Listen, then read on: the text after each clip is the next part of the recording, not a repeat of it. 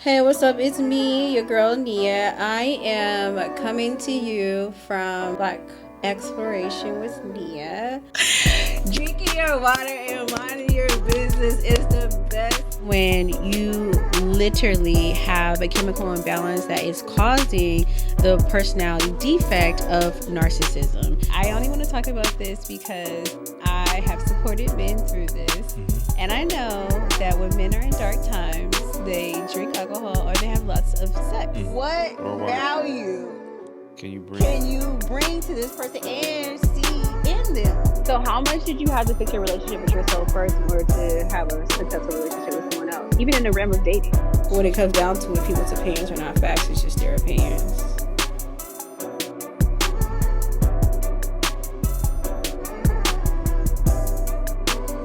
My name is Nia, and I am here with Black Self Exploration with Nia. I want to thank all of you for tuning in for this amazing conversation of self exploration. We all know on this platform we do all things authentically, so show up, be who you are, be transparent. And if you want to share your story, your narrative on this show, make sure to email team@originalconsulting.com or DM me or comment below. We want to make sure that we make this the most safest space to explore your journey while being Black. So I have the privilege of bringing you guys Akayla. Akayla is so many different things wrapped into one. I can tell you my experience with learning and growing with her has been through different channels. South Bay Turn Up. I met her through that lip serve, also through Redemption Church in San Jose, and just local Oakland community-based organizations and programming that people have put on in the local city. So we're acquainted on multiple different ways. So I knew that when I started this podcast, I was like, okay, I know her on so many different levels. She's always showed up a genuine person. I have to bring her on here. And she said yes. So I'm just really enthusiastic about introducing her to the platform. Okay, let's tell everybody a little bit about yourself and ways that you're exploring intimacy, guys. Kayla chose the biggest topic to talk about, intimacy. So we're gonna get some things really uncovered. Yes. So I also just wanted to add that we ended up in Thailand together. So that was an awesome trip. We ended up in Thailand. So that was awesome. Hello everyone. My name is Akayla. I consider myself a life brand and impact strategist kind of in that realm, but I've always been really passionate about helping people grow and become the people who they're called to be. And for me, my journey really started in college where I had to kind of take time to find out who I was in this world, what was my purpose, how powerful I was. And it was things that I didn't realize. And so stepping into that space and really literally having to do the work. I often tell people I got a degree in me because I spent so much time focused on healing, going through that process. And so I really wanted to talk about intimacy because I'm in a relationship, but I'm also learning how to be more intimate with myself in my journey through that self-care process and really getting to know who I am and taking care of me in order to be able to really thrive in this world. So let people know a little bit about, I know that we always often introduce ourselves through our titles and what that means to society. But introduce yourself and what people can explore with you, what they can. So what I mean by that is, like, for example, I'm a mother, I'm a sister. I also love fitness. I'm into relaxation and rejuvenation. I believe in legacy building. I believe I'm a cycle breaker, right? I'm also a Christian woman. I'm also non-traditional Christian. I study IFA. I do a lot of different things that make me, I'm a tantric goddess, right? Which is really not something that's standardized for a Christian. So I want to know, let the audience know a little bit more authentically about who you are.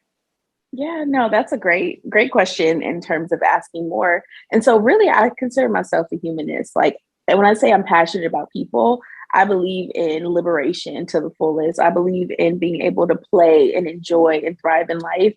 And I grew up in a way in which the idea of safe and the idea of being successful and all of those things came into play. But through my journey, really understanding this idea of like, I can change the world by creating, innovating, coming up with cool solutions for people to find safe places to heal and grow and thrive. I'm interested in just kind of wellness and dance and music and art and creativity in a way that really liberates and frees people. Um, yeah, so like I find myself, I'm in this place where I'm exploring that even more, right? I think we kind of could talk about it from a place of a personal brand, right? What is my personal brand? And I'm reacquainting myself with that. And I also would say, like, I believe in being bold and brave through my haircut, through my clothes, through helping other women feel like they could step out and be who they're called to be. So all of these intersections, I think, where it stems from, who are you on the inside? And so my focus has really been about that healing piece, that knowing who you are, thriving, enjoying, being successful, purposeful in life. So I kind of come from life through those lenses, which is like play, joy, peace, self-awareness, understanding of who you are, and then allowing that to guide me and how I engage with other people as well. So the buzzword that has been going around is brand, right? And so what you're describing is more of a personal brand. It's not a media marketing brand, right? Yeah. Which a lot of business people, they're focused on a media marketing brand. So I think that sometimes when people talk about branding themselves or brand, they kind of get the business aspect of it versus the personal side of it confused. What aspect of brand are you referring to when you say personal brand? Are you thinking the business marketing structure of a brand, or are you saying my own personal brand versus my own journey of how I present myself to the world? Yeah, you know what? I believe, honestly, so I'm talking about kind of the intersection of both, right? And so even in the way that I see it, it's my personal brand, right? How I show up in this world. Who do I feel like I'm called to be?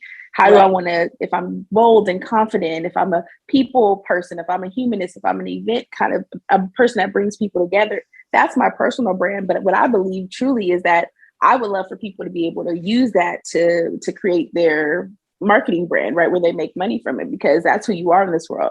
How do we show up authentically as our unique selves and be able to thrive with that, right? Like live purposely, live freely, make money from it. And we can exist in the fullness of who we are every single day. So I think they're separate and they're also connected. So I'm talking about me as an individual and who I am, just as I exist within myself, but then being able to use that versus me feeling like I have to perform or be anything other than who I am out in the world as well. Okay, so let's get deep. Let's take it down another notch, okay? Because we're walking into the realm of intimacy, because that has a lot to do with your personal branding and with your marketing branding side of things. And the way that the world is going in 2022 and beyond, people are getting more into personal brands. I know this personally from being a business owner and a brand consultant, as well as having a social media branding manager that actually tells me that technology is moving toward the more empathic way of branding yourself versus the performance way of branding yourself, which you brought up. So I feel, and this is where we can talk about the topic of how intimacy with yourself plays into how you display yourself in publicly. So I'll just give a little a history of like my experience, and I'd love for you to share yours. So I was raised Jehovah's Witness in a very strict family, but double duality. So my father was a street pharmacist and my mother was his down chick who, I'm gonna be very transparent. When I visualized being successful in my socioeconomic structure, I visualized myself being a straight and narrow woman, just like my mother was, right? But only to support my man's habits, which is how he got money. So I would be like the front facing of the family brand while he was doing whatever he needed to do to be the financial backing of that brand. And so growing up in those two dualities for me was very, very confusing, because my dad also would always tell me, don't date anybody like me. I don't have a 401k. I don't have a retirement plan. He didn't have all these things that were stationary for longevity. And so he knew that. And so where that left me in my faith and beliefs is where I had a lot of questions. Like I was like, okay, so God, is these people are supposed to be bad people, but they're my parents, and I know they love you, and I do too. Like, who is the op here. Mm-hmm. Like, which person am I supposed to listen to? And God kept telling me. And I wasn't supposed to listen to anybody. You're supposed to take what you need to take. And we just had a past guest that was just talking about, how he perceived the world, right? You're supposed to listen to me, right? You're supposed to, be guided by my morals and principles. But I had all this exposure to these double-minded things. So tell me how, when we talk about intimacy, how understanding yourself, both spiritually and mentally, can really lead toward you having a financially lucrative brand? Yeah, no, that's a great question. I think, can I tie into kind of your story too, of your own personal journey? Yeah, so for sure. I grew up in East Palo Alto. So at one point, like probably around the 90s, it was the murder capital of the world, right? And so growing up, my mom felt the need for us to be safe, protected. And so kind of, again, living in this duality, I also was in duality of like, okay, I think I'm this person, but I live here, but I have to be this way to be a good student. But I'm seeing the people on the street, I'm hearing the stories. And so it was really confusing growing up about who I was and how do I show up in the world. But I would never forget, as a young person, I had this inkling that God called me for more. It was really weird. I don't think we didn't even grow up in church. I never grew up in church, but I just, there was something on the inside of me that felt like God wants more for me. God, I'm special in this way that I don't understand, but I never really felt like I fit into my community. And so for a long time, I didn't have intimacy with myself. I had it in a way that was negative. I had a negative relationship with myself, right? Because I was kind of bullied and I was confused. And so I was taunted. I was my own bully at some point. So I didn't have a relationship with myself in a way that was healthy and uplifting. Although I was the only person supporting myself emotionally at that time. So it was really complex because my mother was there, my father was there, they raised me, but at the same time with the emotional stuff, they weren't there. Okay. So growing up, I had a more negative relationship with myself. And then as I got older and got to college, that's when I had to sit with myself a lot. That's when I had to go through the pain, and through that, like uncovering and saying, okay, this is the monkey that was on my back. Here's what I was dealing with. Here's how I was really feeling about my life. And that's what I realized, wow, like I was depressed. I didn't even know I probably was depressed longer than I even realized. And so a part of even that learning to sit with myself now in a healthy way and start to understand and process all the feelings that I was having about life, because I was like, nobody understands me. I don't fit in. I don't know. This life is not my own. I'm living someone else's life. My mom wants me to be the good girl, and I'm the second to oldest, but I'm like the big sister. I'm all these roles. And so I didn't have time to be with myself and just to love me and learn who I was. And so it was really in college where I had that breakthrough moment of intimacy with myself and saying, okay, like it was crying. It was going to therapy and processing things. It was really healing. And I think through that, that's when I started to uncover my power. I was like, oh my God, I'm powerful.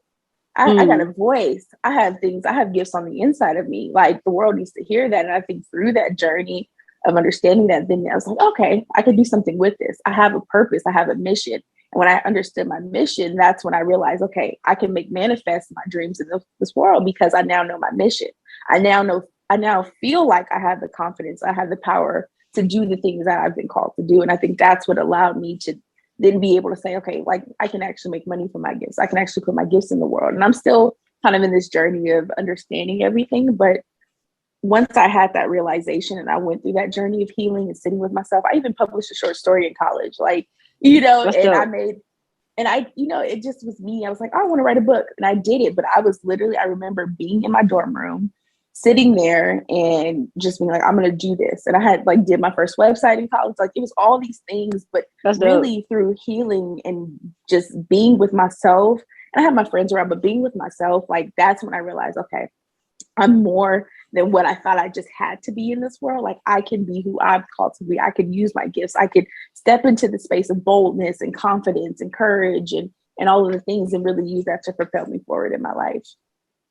So talk to me about how depression played a part in either the realization or the delay in that awareness. How old were you would you say, if you can just think back to your healing journey, would you say that you struggle with depression? Honestly, I didn't know I was depressed until freshman year of college, but as I look back in my journals from middle school and high school, it was long ago. It was longer than that. And I think, so I remember being in college and I went to Loyola Marymount University and I had my LMU hoodie and I had my leggings. And of course I washed it, but I had like a couple hoodies. And so I was just like wearing that. That was my uniform.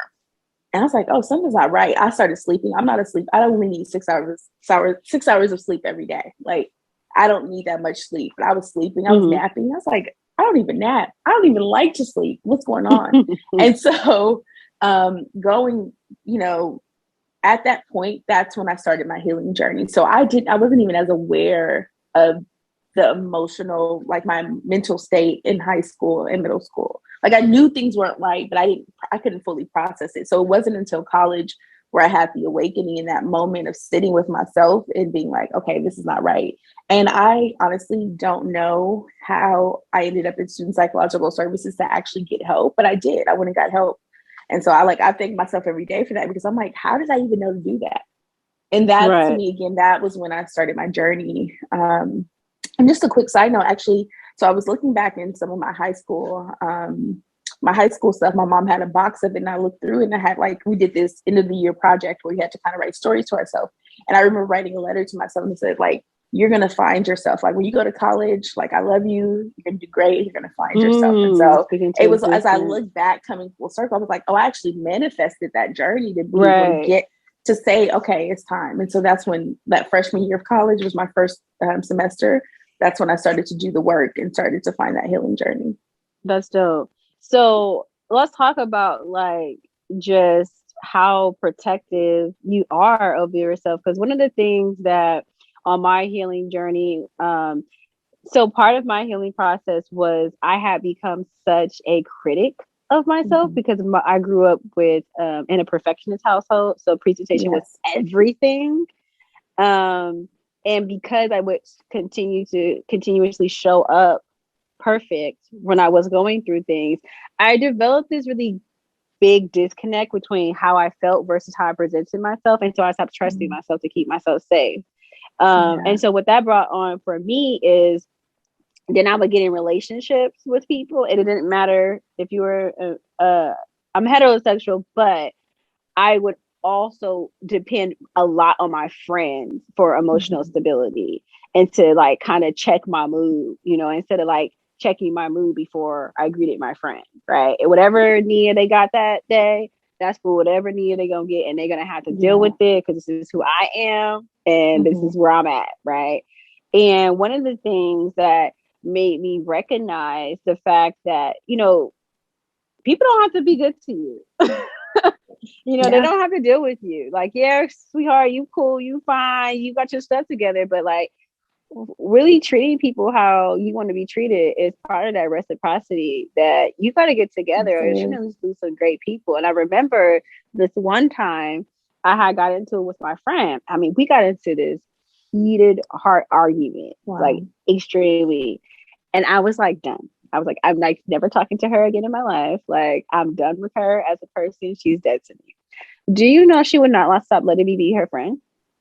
She was like, listen, I know you're upset, but when you have real friends, you get in arguments with them. And this is a argument that as friends we are in, but we're going to work through because we're going to be friends for a lifetime. I was so pissed that she did that because my approach to intimacy and when it comes to relationship was you're as good as the last argument that we had. And so what she was calling for me and my intimate relationship with friendship was to be greater than that detachment, and to not hold people hostage for, showing up and expressing themselves for who they are. Looking back on your journey, and exploring intimacy with friendship and that, have you had those lessons in friendship that where you had friends hold you accountable for being or breaking certain habits and cycles that you've been in when it comes to intimacy and friendship? Yeah, no, I definitely have. I think as I think back on my friendship journey, so I have friends that I've known since kindergarten and I'm still friends with them. And I think awesome. There was a way in which through those kind of that like middle school, like elementary school, middle school, high school, when it really mattered, I was able to get away with a lot of stuff. I was able to wear the mask, but it was, again, college was this breakthrough moment for me because I remember being with my freshman roommates, and they were my friends throughout college. They were like, we would have kumbaya circles. We would sit there and talk about things. Like even when we first met, we sat down, talked about our families, so we understood each other. And then we would have circles where we would hold each other accountable. And for me, it was, hey, you don't get to shut down, right? You don't get to pull away, right? We love you and we care about you and we want to help you. So you have to be, more forthcoming with how you're feeling because you could change the room. So for me, I would shut down. I was the type of person I'd be like, okay, I just shut down and kind of go inward. But they were like, oh no, because that also shifted the energy of the room, right? I can literally change the energy. Right. If I'm happy and joyful, I'm setting the temperature. If I'm sad or I'm withdrawn, the temperature is also set then. And so they would challenge me like, hey, you don't get to just pull away. You have to communicate. And so that actually helped me to learn to speak out about what I was dealing with. And it's even funny that I think about it when I go back to my high school friends. I tell them some of the stuff I was going through, they wouldn't have known because I was not forthcoming. I didn't feel like I could share those things. But by the time I got to college, I was starting to own my story and share with friends. And I felt like I finally was really getting support and being able to work through a lot of the stuff that I was experiencing. So for an audience member, right, that's going through those similar journeys, let's say like your journey started really to peak when it was in college. What are some signs that you were having a spiritual awakening that you can kind of tell people to look out for? Yeah, for signs when you're having a spiritual awakening, I think you're sick and tired of being sick and tired. You get to a place in your life where you realize the life that I was living is a life that I no longer want to live. And it's not benefiting me in any kind of way, right? Like I'm either people pleasing, I'm living my life for other people, I'm unhappy. And when you get to that place of recognizing that, you just can't do it anymore. Like, I don't want to live like this anymore. That to me that's one of the first signs. You have to get kind of sick and tired of being sick and tired. And you're going to know, okay, it's time for a change. And I think then you start to feel different too. You realize in the circles that you're in, there's no longer alignment, or you realize like, wow, actually, I really don't like this person. I really don't like these people. And I've been here and I've been hanging out with them for however long, and I've been doing this for however long, and it's not working either. And it's not benefiting me. And then as you look at your life, it's like, okay, what am I actually living the way I want to live? So that, I think to me, the being sick and tired of being sick and tired, and you start to feel like the places and spaces that you're in, like you no longer fit in there.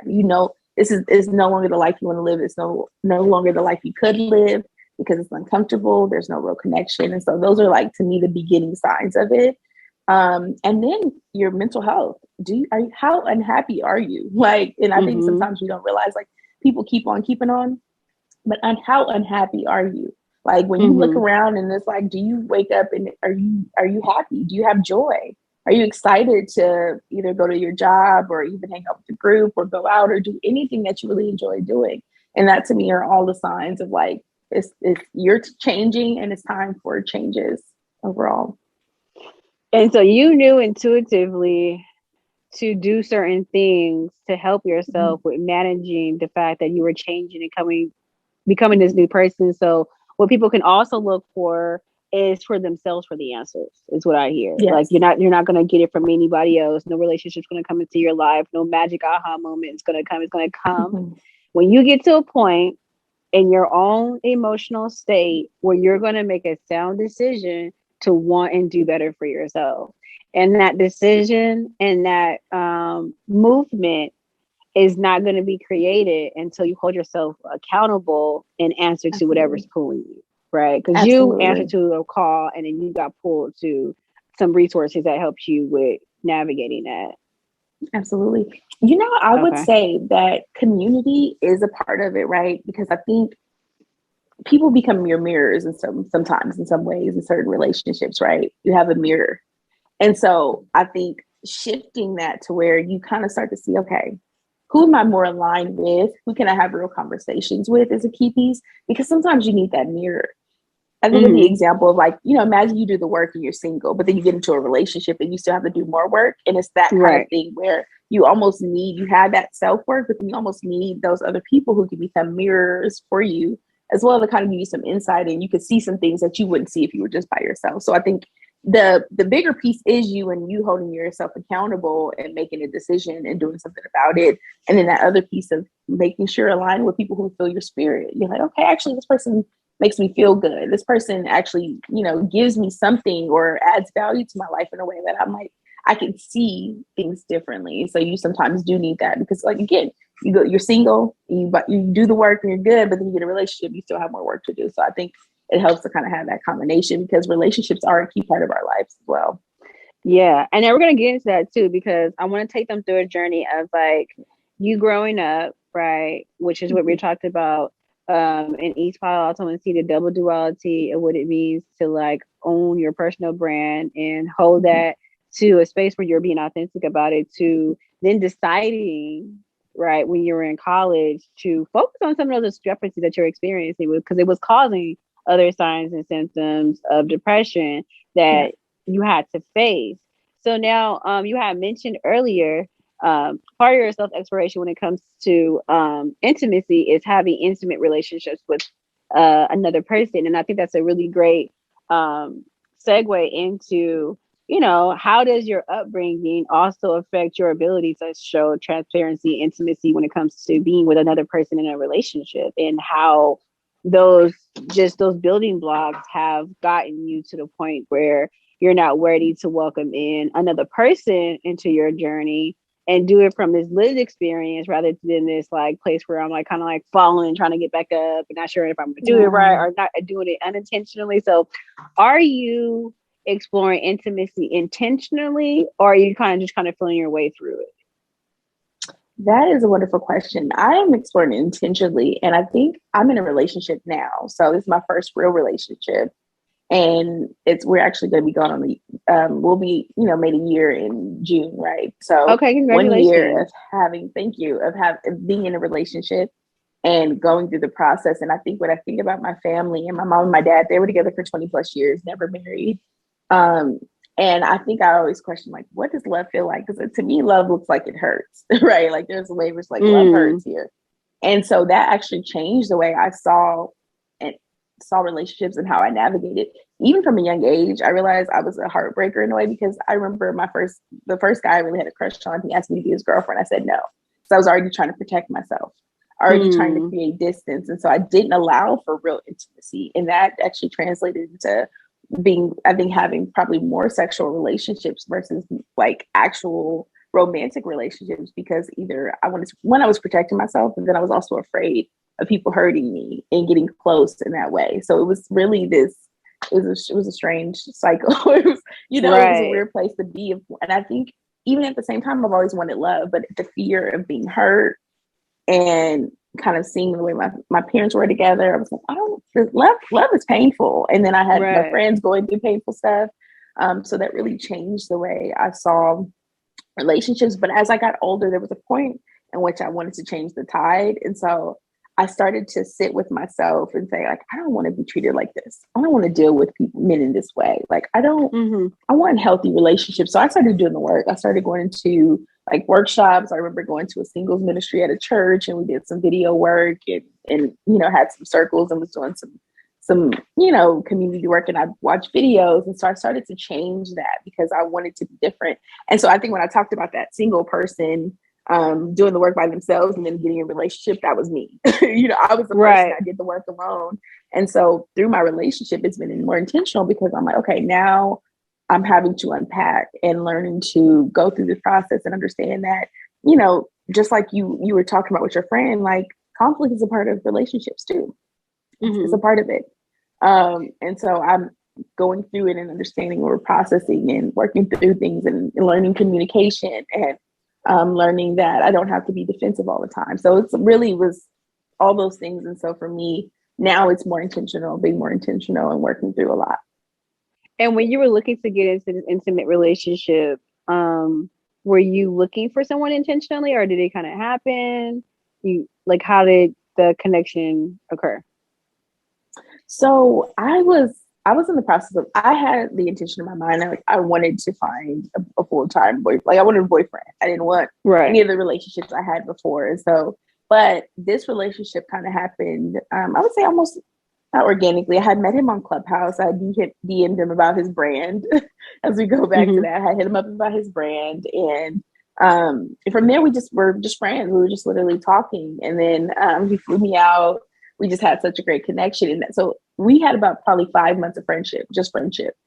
Yeah. Literally just friendship. So it was, by the time we ended up in a relationship, all that stuff, it wasn't expected. So I was like, oh, he's just a cool person to talk to. Like, and and what I found though was like, I can be myself with him. We laughed, we talked about, like history, all kind of stuff. Like just, we can nerd out together. We laughed together. We had a really great conversation. So by the time, we actually got in a relationship, it was like, oh, he's super cool. And we just felt like friends for the first 5 months or so. So how much did you have to fix your relationship with yourself first in order to have a successful relationship with someone else, even in the realm of dating? That is a great question. And I think I'm still learning. Like I would say, honestly, I'm still learning. And I think he actually helped me and when I talk about again, that person being a mirror, he actually helped me with a lot in learning how to better put myself first and helping me through that journey. So he was really supportive in that, because when I met him, I was also going through this healing journey. For so long, I had put people before me, and in ways that I was still finding myself and I felt confident and strong. I also had those still habits of being a sort of holding space for everyone else, and not necessarily always having space held for me. And so he became a person to help me hold space. So I've been able to heal and process. And now it's kind of, as I've gone through that healing journey, I think I'm in a place now where I'm like, okay, the tide is changing and we're finding that balance. About that. So one of the things I like to talk about from just childhood narratives and how that manifests into adult life, right, is our upbringing. And so particularly for this intimacy piece, what I'm going to talk about is the first relationship you've ever been in, which is with your father, right? And what type of narratives did you pick up from that relationship, and how does that affect your dating life? And for me personally, like I said, I grew up being like positioned to be the one that had the official paperwork and things together, because my dad dropped out of school at 8th grade. So a lot of my mom's tasks were to make him official, right? And like help him with that. But my dad also was a narcissist in character. But it wasn't like a narcissist in a way that was like demeaning and unkind. It was a narcissist. He was extremely selfish. But only because he had abandonment issues from his mom. And so in order to survive, he had to become very stingy. And also the person who hurt him was a Black woman.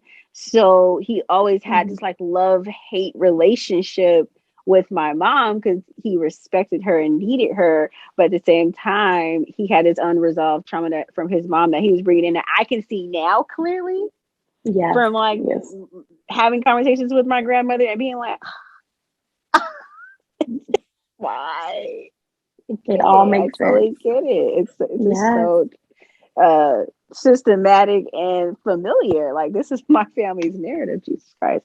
So how did your relationship with your father affect how you attracted men, and what type of men did you attract because of your relationship with your father? Listen, I don't know if we have the same life or what. No, it's a little bit different. But I mean, when you're talking, I'm like, so my dad? Like, is your dad my dad? Because what? Yeah, no. I think so. It's so funny because I grew up, I was a daddy's girl, probably up until I was probably about like, 5 or 6, maybe 7 or so. I was a daddy's girl. I love my dad so much.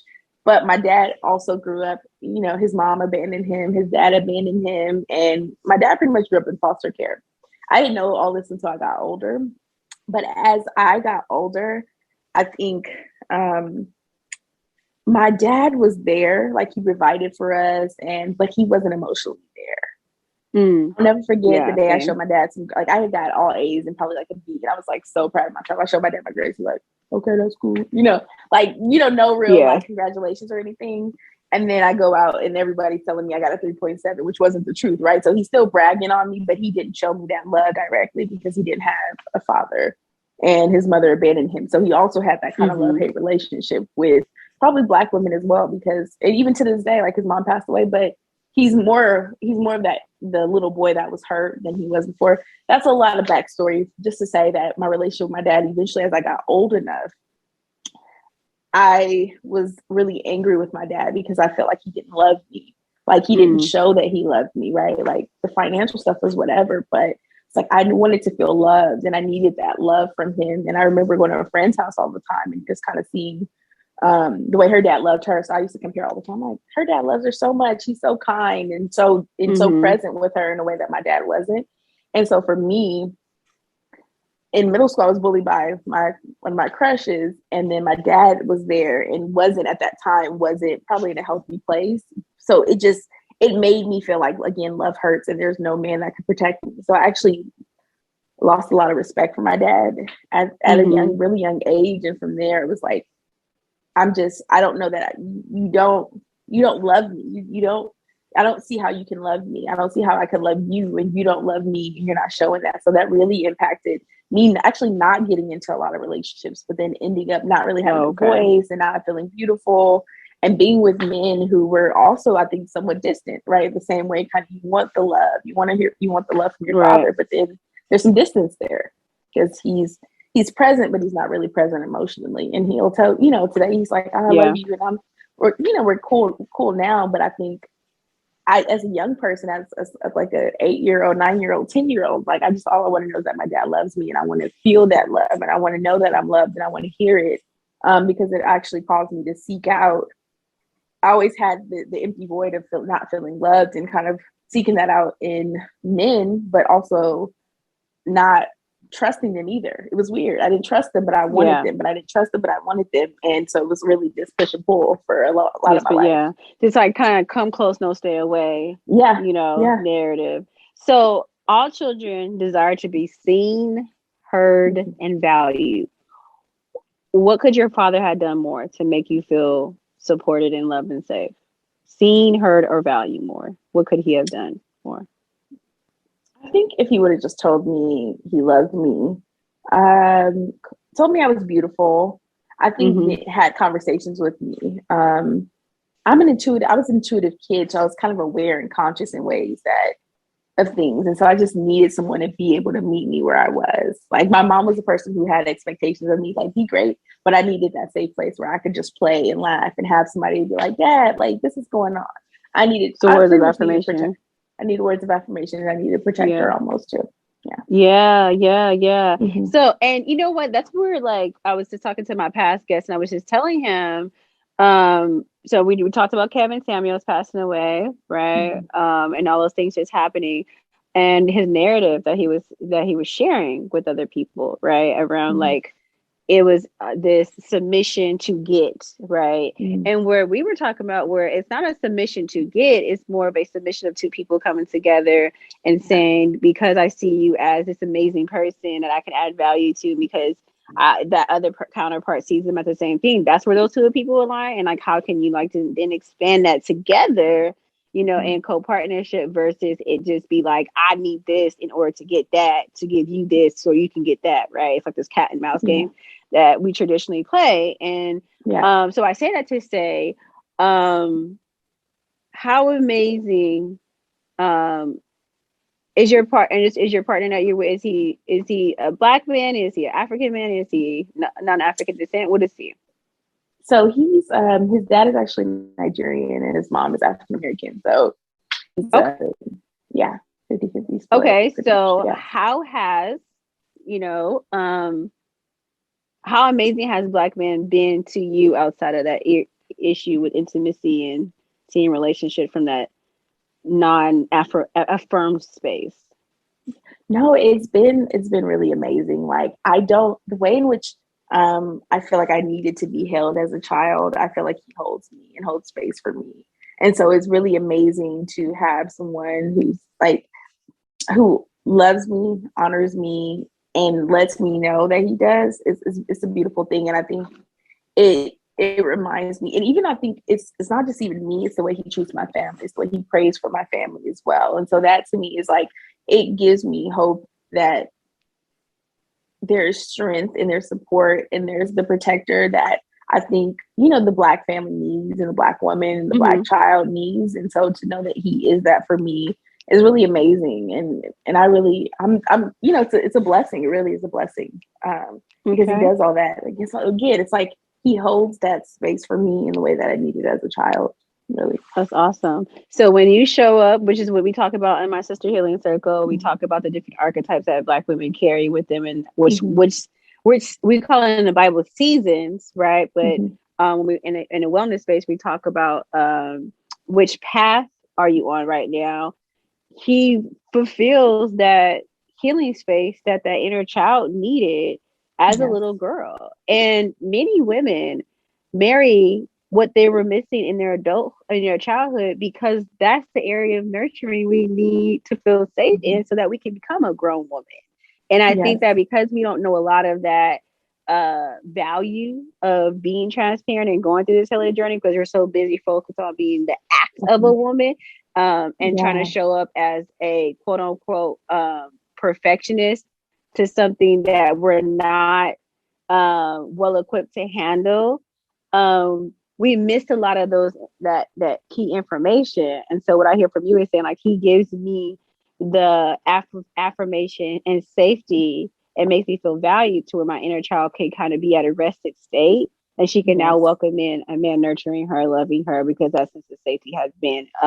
So we're coming to time. And first of all, I want to thank you so much for exploring intimacy, from loving yourself to struggling with depression, but having that spiritual awakening, providing that information that people can gravitate to when they are, and then affirming that they're all they need to have that sense of guidance, that they don't have to go looking out for some place or something, that they have that to pull back from. And then to know that women who are struggling with disconnection from men, they can go on a healing path towards healing that, to end up ultimately finding exactly what they've been looking for, that they didn't get as a child, that they now can find in a partner, because that little girl isn't showing up and thinking that she's unsafe to love. So I think that journey in itself, and you're how old? Sorry, I don't know if you... I'm 30. I'll be 31. 30, right? Has been profound, because now you can come back and take your lived experience and be such a blessing to other people, other women, other men, who we're just talking about the last one.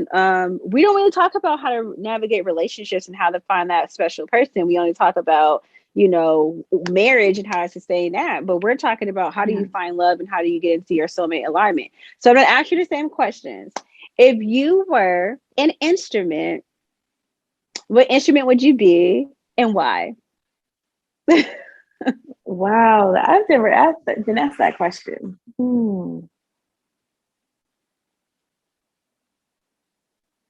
I'd probably be a saxophone.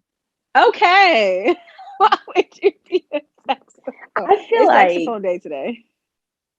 I would be a saxophone, because I just feel like the melodies that come out of it, the soul, like, I just imagine someone just really, doing their thing on it. So the saxophone, the melodies. Someone else said that too.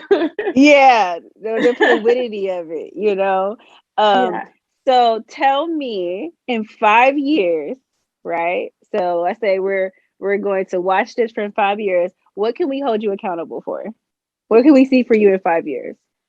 5 years from now, my business will be thriving. I probably won't even be having to do the work. It's going to be doing its thing. My brand will have grown. Yeah, I'll be out there. People are going to know my name. Awesome. So if people are looking to learn more about, maybe they need some mentorship, or they're building their personal brand and they can use you for your services, how can they get in contact with you, and what kind of services do you offer? That's a great question. So you can find me at Akela Speaks on Instagram, and that's AKALASPAKS. And so in terms of the services that I offer, I'm going to be doing really helping people launch. So I think people often have the gap of getting started. And so I'm really going to help them find their purpose, really honing on their skills, how to package that, share their messaging, and then really get out there. So if you're literally interested in like, I want to do this, I'm the person to help you get started and to get your website going, get your branding going, get your Instagram popping as well. Okay. So also, we love Black women, we love Black men on this platform.